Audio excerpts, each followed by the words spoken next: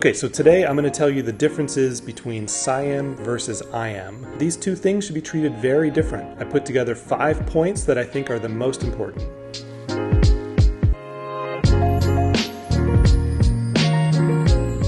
Hi everyone, my name is Nate.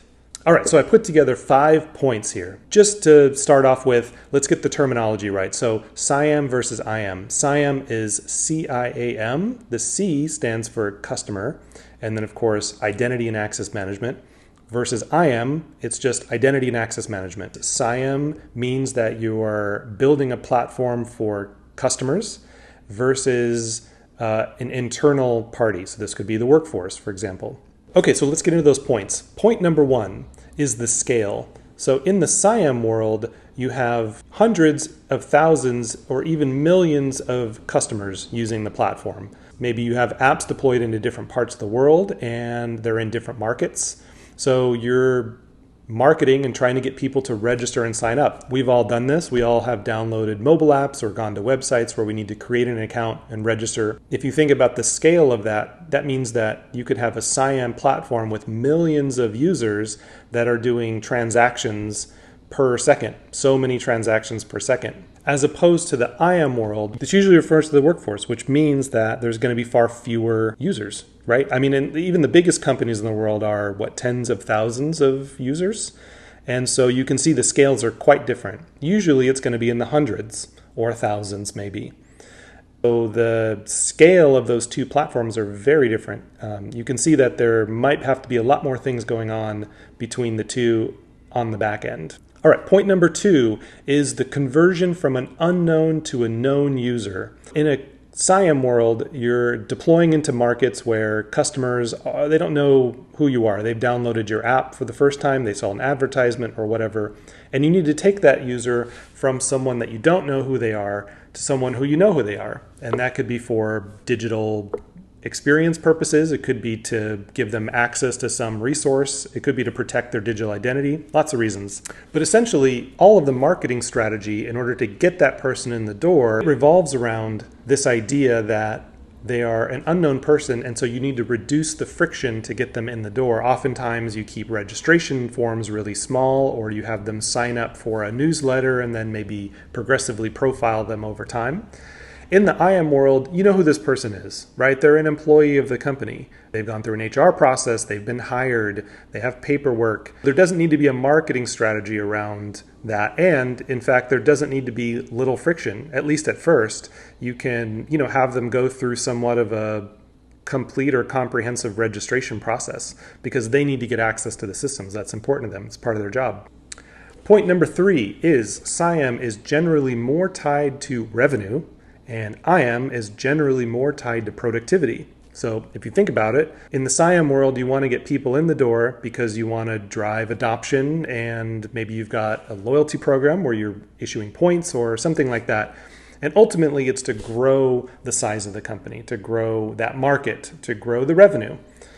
Whereas in the IAM world, it's more closely tied to productivity. You want to be able to give your workforce access to applications. They need to get access to the right thing at the right time with ease so that they can do their jobs more efficiently and more effectively. Especially those of us that work remote, we have to access so many applications during the day, download different reports, upload things, chat, email. If it's hard to access those, then my productivity goes way down.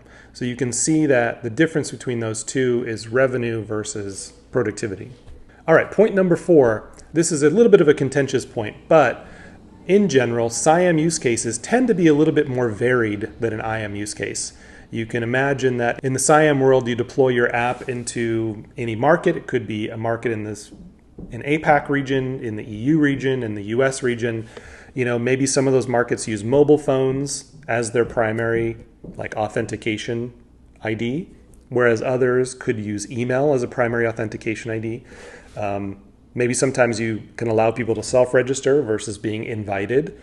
Oftentimes there's layers to CIAM, so instead of just being customers, you're actually selling them to businesses who are then selling to customers. So you have to kind of cater to whatever marketing strategy they have in place already. In the IAM world, it's about authentication. And then all of the things that happen after that are authorization. Should this person have access to this thing? It isn't to say it's less complicated, because it's very complicated. There's a lot of orchestration happening behind the scenes, but those two getting the foot in the door authentication use cases tend to be more varied with CIAM. And so there tends to need to be more use cases supported around, social authentication and biometric to reduce friction, and things to make it easy, and things to cater to whatever use case they're in. All right, and the fifth and final point is that in the CIAM world, customers can use whatever device they want. They can use their mobile phone, which is iOS, or it's Android. They're using their computer, which is Mac or PC or whatever, everything in between. And who's to say which version of the software they're on or which browser they're using? There tends to need to be a wider range of support for devices and browsers. In the IAM world, typically it's a company-issued device, a company-issued laptop, so you are controlling that environment already. Oftentimes you can use your personal device, but if you use your personal device, sometimes the company will have you install remote access software for them, or they'll say that only certain devices are supported. So there's a lot more restrictions you can place on that. Maybe the company only supports a certain browser, and that's just part of the job. You just know that you can only use that browser. So there's a far more narrow range of support when it comes to devices and browsers and versions and things with the IAM world. All right, so those are my 5 bullet points. I hope you found them helpful, and I hope that you're starting to develop a bit of a map in your mind of the differences between CIAM and IAM. They both say identity and access management in the acronym. However, they are very different, and the strategies around implementing them are also very different. If you have any questions, feel free to leave a comment and I'll respond. Message me on LinkedIn, or of course visit our website, which is nextreason.com. All right, thanks everyone.